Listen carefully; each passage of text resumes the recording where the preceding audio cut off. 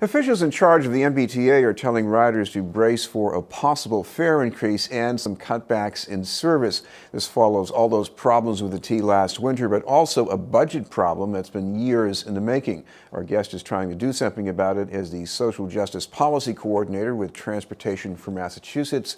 We'd like to welcome Hakim Cunningham. Thank you very much for being with us, Hakim. Thank you, Chris. First of all, talk about what people have to worry about here, especially people in Boston who really depend on the T. You can worry about fare hikes on bus routes that will impact a lot of low-income communities of color.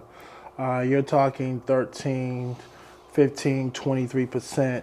And you're also looking at a major thing where they're not considering passes as fares, and they're trying to put them through a 23+% increase. So you're talking about a lot of individuals having to dig deeper into their pockets just to get to and from work and having a social life. And if you have, elderly individuals in the family who may need, care, and you have to take them to and from, it's going to cost a lot more to get around the city.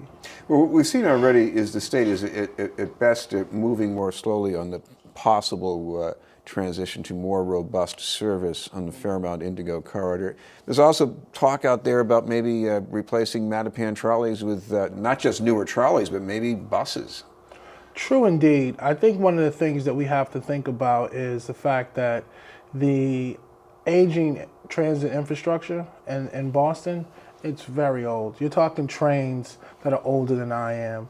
And you're also talking a lot of, trolleys and cars, and also, the actual railways and the supportive, signals that go along with these different services that we have in public transportation that are just aging and need to be updated, need to be funded correctly, but also the burden does not need to fall on the poor. And I think that's one of the main things that's happening right now is there are scapegoats. And it's like, oh, well, we'll charge more for fares.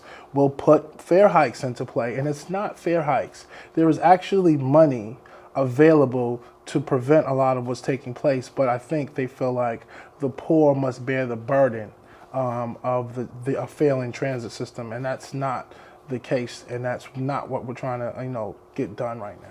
Well, I know there could be some money, as you mentioned, but they're in a big hole here. I mean, they're talking about what is it, $6 or $7 billion of work that needs to be done and hasn't been done yet. Yeah. Well, I mean, that has a lot to do with the fact that there's heavy maintenance costs that have just gone under the radar that haven't been taken care of, and you're talking, service and repairs and maintenance to just all types of transit, lines, light and heavier, that just haven't been looked at, and there's so many issues that are taking place that, at Transportation for Mass, one of my main goals is to figure out what are the policy demands of low-income communities of color, and how do we address that in a way where transit is very sexy to developers.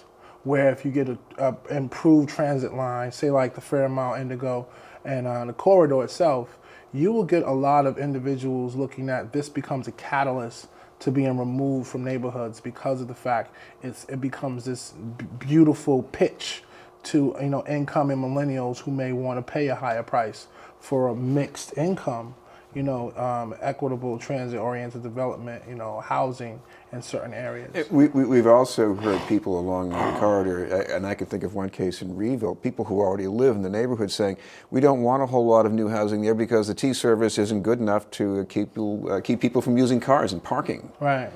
It's how you say it's the lesser of two evils. You get better transit, but then you get an influx of individuals who may not necessarily want to take the transit, but because of it becomes this, magnet to individuals coming into the neighborhoods who maybe parking and using 2 and 3 cars. Well, in the bigger picture of transportation policy, people get what they ask for if they push hard enough. I mean, we saw what happened when they capped the gas tax a couple of years ago, the gas tax indexing, that is.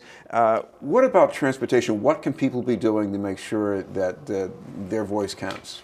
One of the things I think is important for individuals to do, there's a public meeting coming up at the State Transportation Building, 10 Park Plaza, February 2nd from 5 to 7 p.m.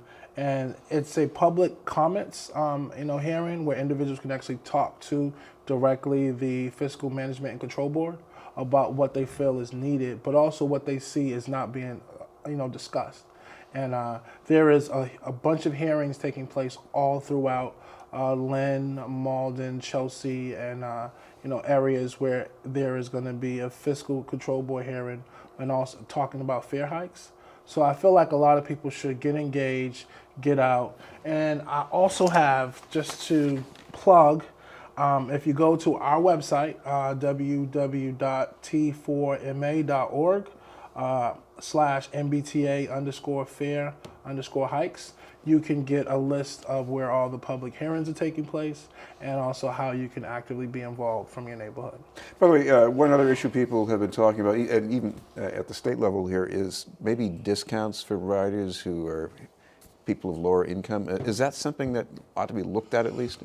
Well, the thing that they were talking about, and they discuss it in, it's called means-based fares tests, and the problem with that is it impacts in a different way. Where if you have a per capita income of a certain area, and you also have individuals in that area, you might lessen the amount of it costs for transit for the poor, but others take that chunk and it's laid on other shoulders. So it's not like a great resolution to the issue at all, and it still goes back to the same thing, shoveling the responsibility on the individual rider and not looking at the operations and the Fiscal Management Control Board for solutions that don't include fare hikes. Because another part of the mix here, we've heard about workers on the T getting overtime pay and they're not working any more than 40 hours a week. I mean,